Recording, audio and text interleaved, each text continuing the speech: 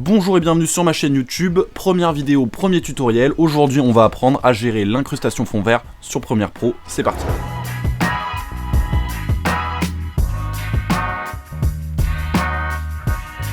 On se retrouve sans plus attendre sur Premiere Pro où j'ai déjà glissé les fichiers qu'on va utiliser pour ce tutoriel. Donc on a deux fichiers, un fichier MP4, un fichier JPEG.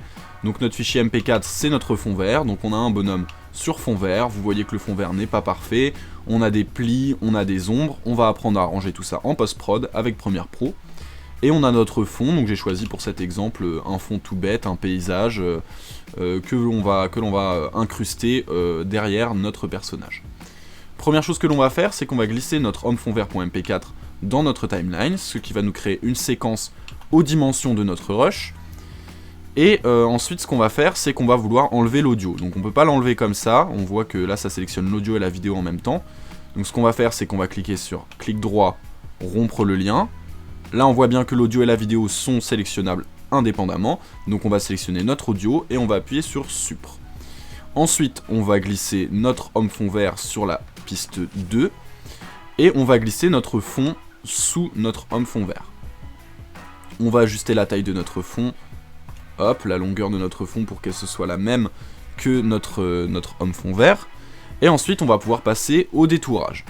Donc pour ça, on va aller dans nos effets et on va chercher Ultra Key. Donc vous tapez Ultra et vous avez l'Ultra Key que vous allez sélectionner et glisser sur votre rush vidéo. Ensuite, on va dans les options d'effets. Et là, vous voyez que dans les options d'effets, on a notre Ultra Key qui est là avec tous les paramètres qui vont avec. On va tout d'abord commencer par gérer notre couleur de découpe. Vous voyez que par défaut, c'est du noir. Nous, on va vouloir du vert. Et on a une pipette juste à côté qu'on va sélectionner. On va cliquer sur la pipette. Et on va sélectionner la couleur, on va dire la couleur médiane de notre fond vert, car c'est pas partout exactement la même couleur. Donc on va pas prendre trop clair ni trop foncé, on va prendre un peu entre les deux. Et voilà, vous cliquez. Et là déjà, ça détourne à peu près notre bonhomme. Bon, vous voyez qu'on a oublié de mettre notre fond aux bonnes dimensions, donc on clique sur notre fond. On va gérer l'échelle, hop, on l'augmente, donc il faut mettre ça à 300. Hop, et donc vous voyez que notre détourage n'est pas non plus parfait. On a des imperfections, comme je vous disais, on a des plis et des ombres qui sont juste là. Et donc on va gérer tout ça dans notre Ultra Key. Donc pour bien gérer tous nos paramètres, on va pas se mettre en sortie composite, mais on va se mettre en couche alpha.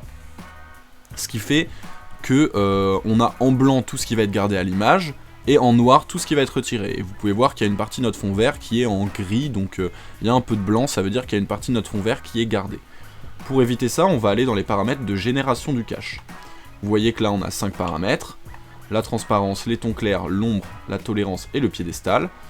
La transparence, pour le coup, si on l'augmente, ça va détourer notre bonhomme, et si on la réduit, ça va rien détourer du tout.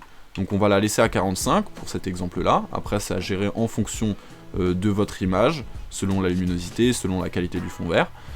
Les tons clairs, si on les augmente, ça ne va pas. Si on les réduit, c'est mieux, donc on va mettre les tons clairs à 0. L'ombre, pareil, si on l'augmente, ça va pas. Si on la réduit, ça va pas non plus, car la capuche est un peu détourée.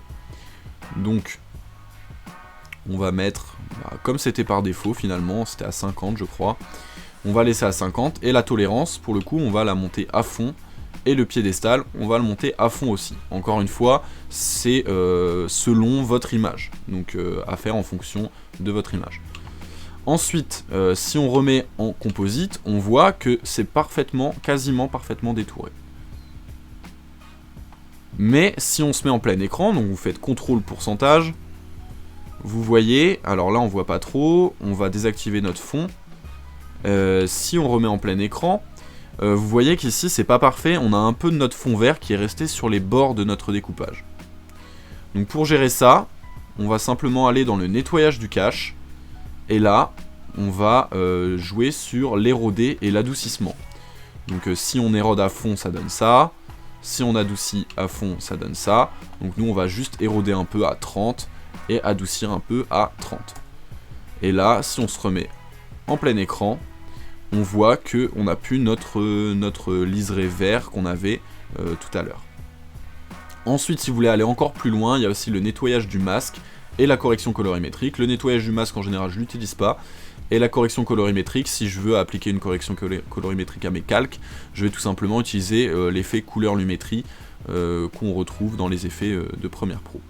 Donc autant dire que c'est terminé. Si on réactive notre fond, qu'on met en plein écran et qu'on met play, c'est bien détouré. Et voilà, c'est tout pour ce petit tutoriel très rapide et très simple. Si ça vous a plu, n'hésitez pas à lâcher un petit like. Si vous avez des questions, ça se passe en commentaire. Et si ça vous intéresse, je propose des entretiens en visioconférence pour vous donner des cours, pour vous apprendre à progresser sur Premiere Pro, sur After Effects, en montage vidéo, en animation 2D, et même pour vous accompagner dans vos projets si vous avez besoin. Sur ce, je vous souhaite une bonne continuation et je vous dis ciao, à une prochaine.